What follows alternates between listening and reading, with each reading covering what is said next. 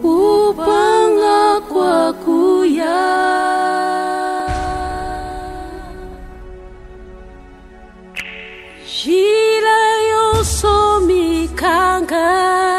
Bien-aimés dans le Seigneur, je vous salue au nom précieux de notre Seigneur Jésus-Christ. C'est pour moi une joie immense de se tenir devant vous à travers les médias, de vous parler de la part de notre Seigneur Jésus-Christ. Je suis l'évangéliste Obed Mafuta, serviteur de Dieu. Le Seigneur a mis dans mon cœur cette pensée que nous voulons partager maintenant. Le thème de notre petite exhortation est intitulé « Dieu recherche les vrais adorateurs, pas l'adoration ». Dieu recherche les vrais adorateurs, pas l'adoration. Nous sommes dans le livre de Jean, chapitre 4, les versets 22 à 24. Il est écrit ceci dans la parole de Dieu. Vous adorez ce que vous ne connaissez pas. Nous adorons ce que nous connaissons. Car le salut vient des Juifs. Mais l'heure vient, et elle est déjà venue, où les vrais adorateurs adoreront le Père en esprit et en vérité.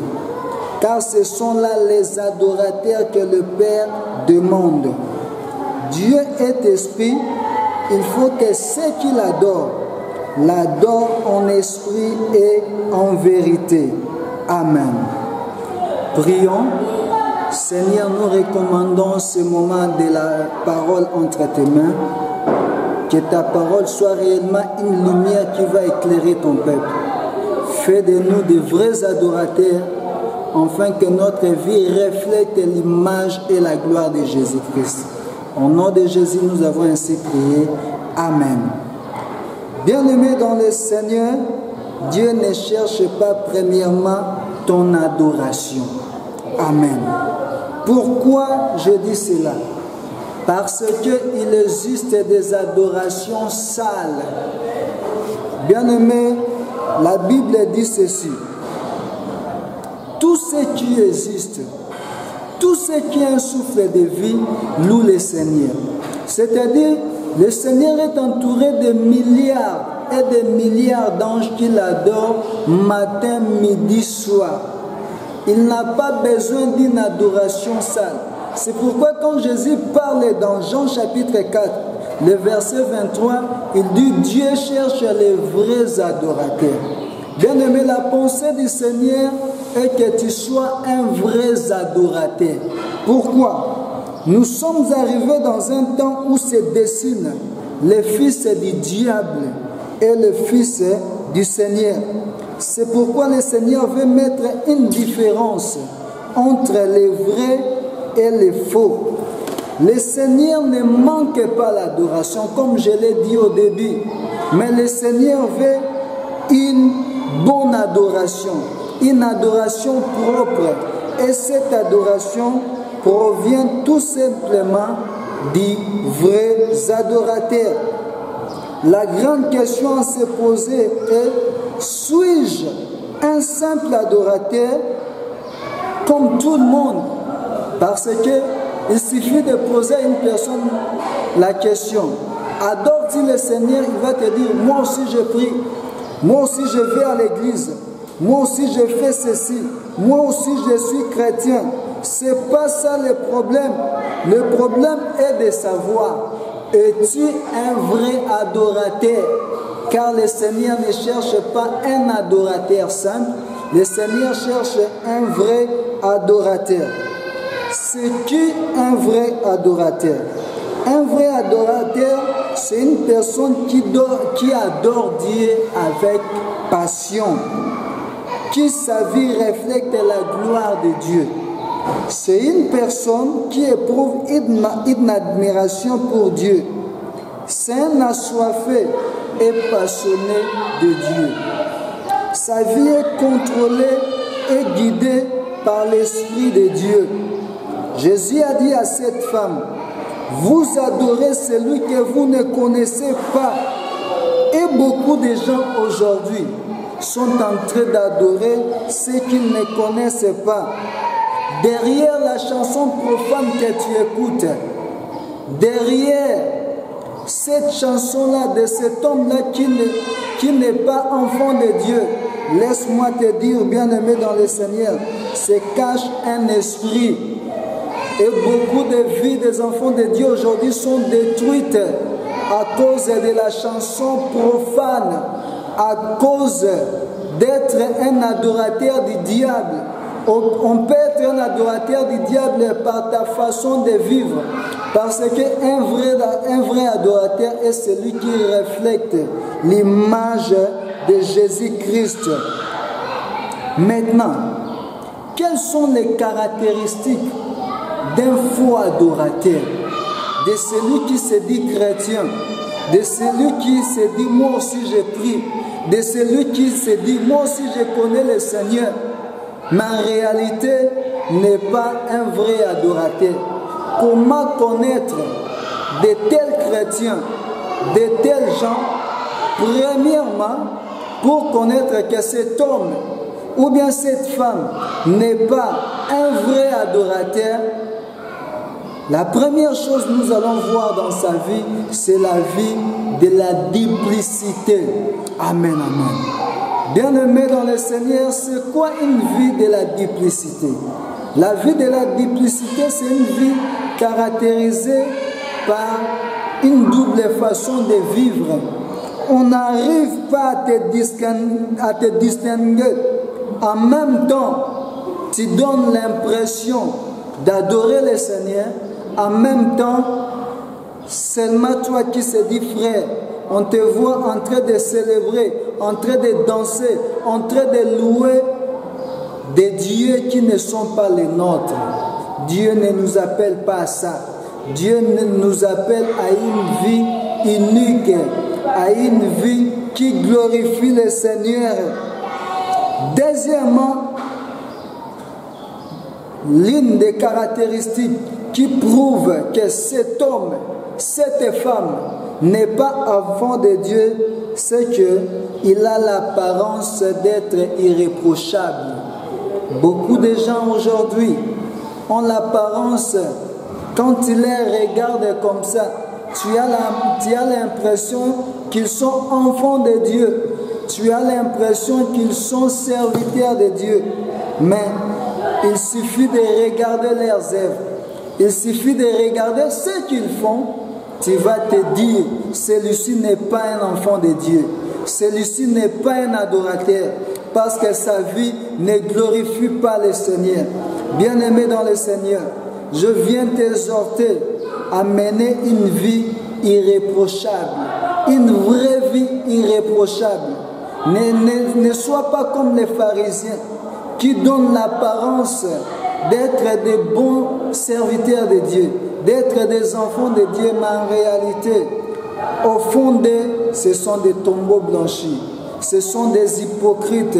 Bien-aimés, on ne peut pas servir le Seigneur en même temps être hypocrite. Le moment est arrivé, bien-aimé, d'être un vrai adorateur. Abandonne les mensonges, abandonne les vols, abandonne ces mauvais comportements qui ne glorifient pas le Seigneur. Parce que l'adoration n'est pas seulement un chant de louange, mais l'adoration c'est un style de vie. L'adoration c'est ta façon de vivre. La manière dont tu vis doit glorifier le Seigneur. Ta vie est un culte. Ta vie doit refléter la gloire du Seigneur. Tout ce que tu diras doit donner gloire à notre Dieu. Troisièmement, comment reconnaître un adorateur simple ou bien un faux adorateur? C'est simple, vous allez constater qu'ils sont des bébés spirituels. Pourquoi je dis des bébés spirituels? Ce sont des gens qui se blessent facilement. Ce sont des gens qui peuvent abandonner l'œuvre de Dieu facilement à cause d'une dispute, à cause d'une humiliation, à cause, je ne sais pas moi, de quelque chose qui s'est créé. Bien-aimé, ne sois pas un bébé spirituel. Paul dit ceci, ceux qui veulent vivre pieusement avec notre Seigneur Jésus-Christ, ils seront sévèrement persécutés. Étant enfants de Dieu, étant un vrai adorateur, nous sommes appelés à une vie de persécution. C'est ce qui nous est réservé. Nous devons porter la croix, vivre sur cette terre comme un vrai adorateur n'est pas facile. C'est pourquoi les vrais adorateurs sont rares. Ceux qui ont cette passion-là de refléter l'image de Jésus-Christ, de donner la gloire à Jésus-Christ, que leur vie devienne un culte pour notre Seigneur Jésus-Christ. Ils sont rares. Jésus a dit, ce sont de tels gens, ce sont de tels adorateurs que le Seigneur cherche. Maintenant, comment nous pouvons connaître que cet homme ou bien cet enfant de Dieu est un vrai adorateur? Premièrement, il a un cœur pur. Un vrai adorateur a un cœur pur, c'est-à-dire c'est une personne qui s'oublie devant Dieu. C'est une personne qui donne son corps, son âme, son esprit pour la gloire du Seigneur. Lui ne regarde pas ses intérêts. Lui, il regarde l'intérêt du Seigneur. Lui, il voit tout ce qu'il a. C'est le Seigneur qui l'a donné. Et quand vous voyez sa manière de se comporter, vous voyez la gloire du Seigneur. Bien-aimés dans le Seigneur, j'ouvre une parenthèse. Ce qui est important dans la vie d'un enfant de Dieu, dans la vie d'un serviteur de Dieu, ce n'est pas la prédication que tu prêches, non. Ce n'est pas les prophéties que tu donnes. Ce n'est pas les parler à langue que tu parles, mais c'est ton comportement. Est-ce que tu as un bon comportement? Est-ce que ton cœur est pur devant Dieu? Est-ce que les habitants de ton quartier, tes amis peuvent témoigner, cet homme ici est réellement un serviteur de Dieu? Bien-aimé, tu dois avoir un cœur pur. Tu dois refléter l'image du Seigneur dans ta vie. Deuxièmement, pour connaître un vrai adorateur, vous allez voir, c'est une personne qui met toute sa confiance en Dieu. Bien-aimés, nous vivons dans un monde rempli de réalités. Nous vivons dans un monde où le diable, la Bible dit, le diable s'est levé, rempli d'une grande colère. Il peut faire quelque chose pour te détruire, mais toi ne t'inquiète pas. Tu es un Dieu puissant, tu es un Dieu fort, tu es un Dieu qui peut changer tout ton problème. C'est pourquoi tu dois mettre toute ta confiance en Dieu. Tu dois mettre ton espoir en Dieu. Un vrai adorateur, c'est celui qui croit que mon Dieu est capable de tout changer. C'est celui qui croit que mon Dieu est plus grand que mon problème. Paul a dit ceci, ni la nudité, ni la mort, ni la maladie, je ne sais pas moi, ni la situation que tu vives, bien-aimé, ne peuvent te séparer de l'amour de notre Dieu. Si cette situation ne peut pas te séparer de l'amour de notre Dieu, laisse-moi te dire, l'amour de notre Dieu peut te séparer de cette situation-là. L'amour de notre Dieu peut te séparer de la maladie. L'amour de notre Dieu peut te séparer de la pauvreté. L'amour de notre Dieu peut te séparer de la mort. C'est lui le médecin par excellence. Mets toute ta confiance en Dieu. Ne sois pas comme les païens. Ne sois pas comme les instables. Aie la foi. Un vrai adorateur, c'est celui qui aime son prochain. Bien-aimé, quand vous regardez bien la Bible, si nous devons résumer la Bible, vous allez voir, la Bible est basée sur l'amour. L'homme que nous sommes, réellement, nous avons mérité la mort. Mais notre Dieu a laissé le ciel. Il a accepté d'être fouetté. Il a accepté d'être humilié, afin que toi et moi, nous ayons la vie. Nous ayons la vie éternelle. Il nous a aimés tels que nous sommes. Et c'est de cette façon-là que le Seigneur veut que nous aimons notre prochain. la meilleure façon de s'aimer, c'est d'aimer ton prochain. Quand tu aimes ton prochain, laisse-moi te dire, c'est une façon aussi de t'aimer toi-même. Fais du bien à ton prochain. Quand il manque à manger, donne-lui. Les gens qui nous demandent de l'argent dans la rue, donne-lui si tu as l'argent. Ne te dis pas, ils vont m'envoûter. Bien-aimé, laisse-moi te dire, tu as un grand Dieu. Ton Dieu est puissant. Ton Dieu est fort. Ton Dieu est incomparable. Tu dois aimer ton prochain. Tu dois avoir l'amour du prochain. C'est très important. Ne te dis pas, quel est l'état d'âme de celui que je donne l'argent. Bien-aimé, ton Dieu est puissant. La Bible dit, celui qui est en moi est plus grand que celui qui est dans le monde. Sois un vrai adorateur. Un vrai adorateur, c'est celui qui aime son prochain.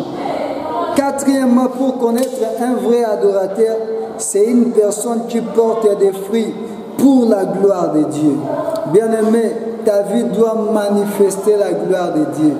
Adorer Dieu, c'est de lui dire ce qu'il est. Quand on te regarde, bien-aimé, le monde doit témoigner que réellement celui-ci est un enfant de Dieu.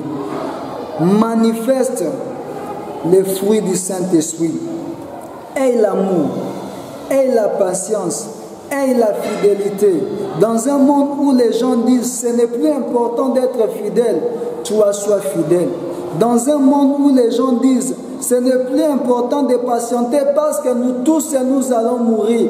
Non, bien-aimé, nous allons mourir, oui. Mais où passeras-tu ton éternité? Bien-aimé, sois un vrai adorateur. Car dans tous les ministères qui peuvent exister, moi je dis les ministères qui sont éternels, c'est la louange et l'adoration. C'est pourquoi le Seigneur cherche les vrais adorateurs. On adore Dieu où? Bien-aimé, on adore Dieu en esprit. Jésus a fait de nos corps les temples du Saint-Esprit. Bien-aimé, ton corps c'est le temple du Saint-Esprit. Tu peux adorer le Seigneur partout où tu es. Tu peux donner gloire à notre Dieu partout où tu te trouves. Par ta parole, tu peux glorifier le Seigneur. Par ton comportement, tu peux glorifier le Seigneur. Un vrai adorateur est celui qui est fidèle. Paul dit, nous sommes couverts d'un grand lieu de témoins. Bien-aimé, ta vie doit témoigner la gloire de Jésus-Christ. Abandonne les péchés, abandonne la bière, abandonne l'ivrognerie, abandonne le tabagisme. Tout cela est en train de détruire les temples du Saint-Esprit qui est Dieu. Bien-aimé dans le Seigneur, l'Esprit, ton esprit, c'est le siège des relations entre toi et Dieu.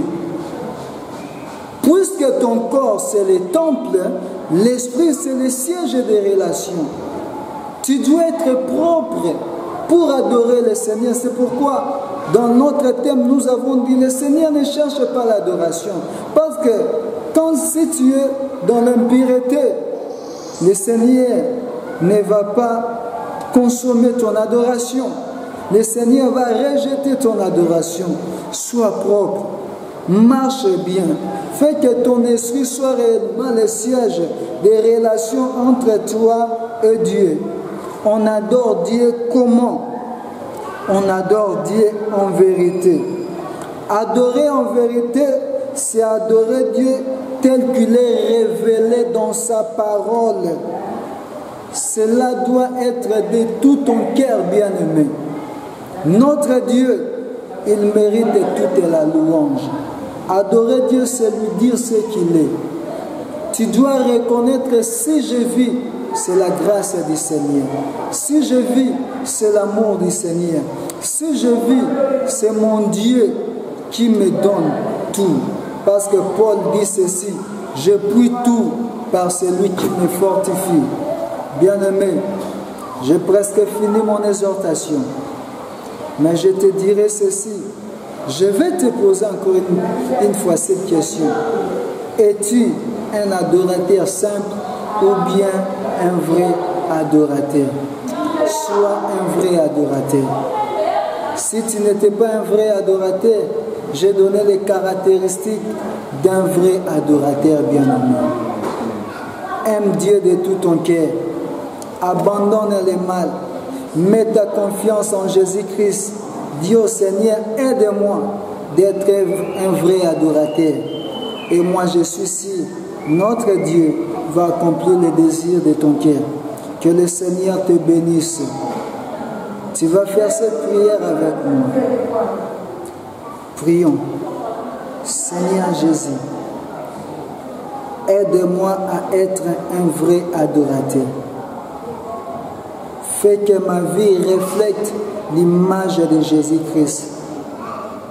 Je veux être un culte pour ta gloire. Je veux que mon comportement soit un parfum de bonne odeur. Et que quand le monde va me regarder et qu'il glorifie ton nom. Au nom de Jésus-Christ, Amen. Merci beaucoup à tout le monde qui nous a suivis de partout dans le monde.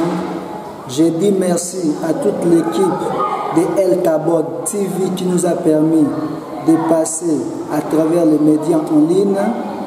Je dis merci à notre Seigneur Jésus-Christ qui nous a permis d'être devant vous. Je suis disponible sur Facebook. Il suffit juste de chercher Obed Edom Mafout. Vous allez me voir. Ma page est évangéliste Obed Mafout Akadjin ou bien adorateur Obed Mafout Akadjin. Pour tout contact, vous avez qu'à appeler le plus 243 81 47 31 155.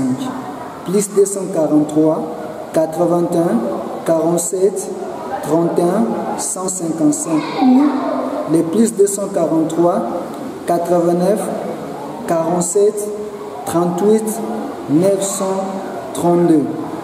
Que le Seigneur vous bénisse et qu'il nous donne encore le souffle de vie pour encore annoncer sa parole. Merci. Bye.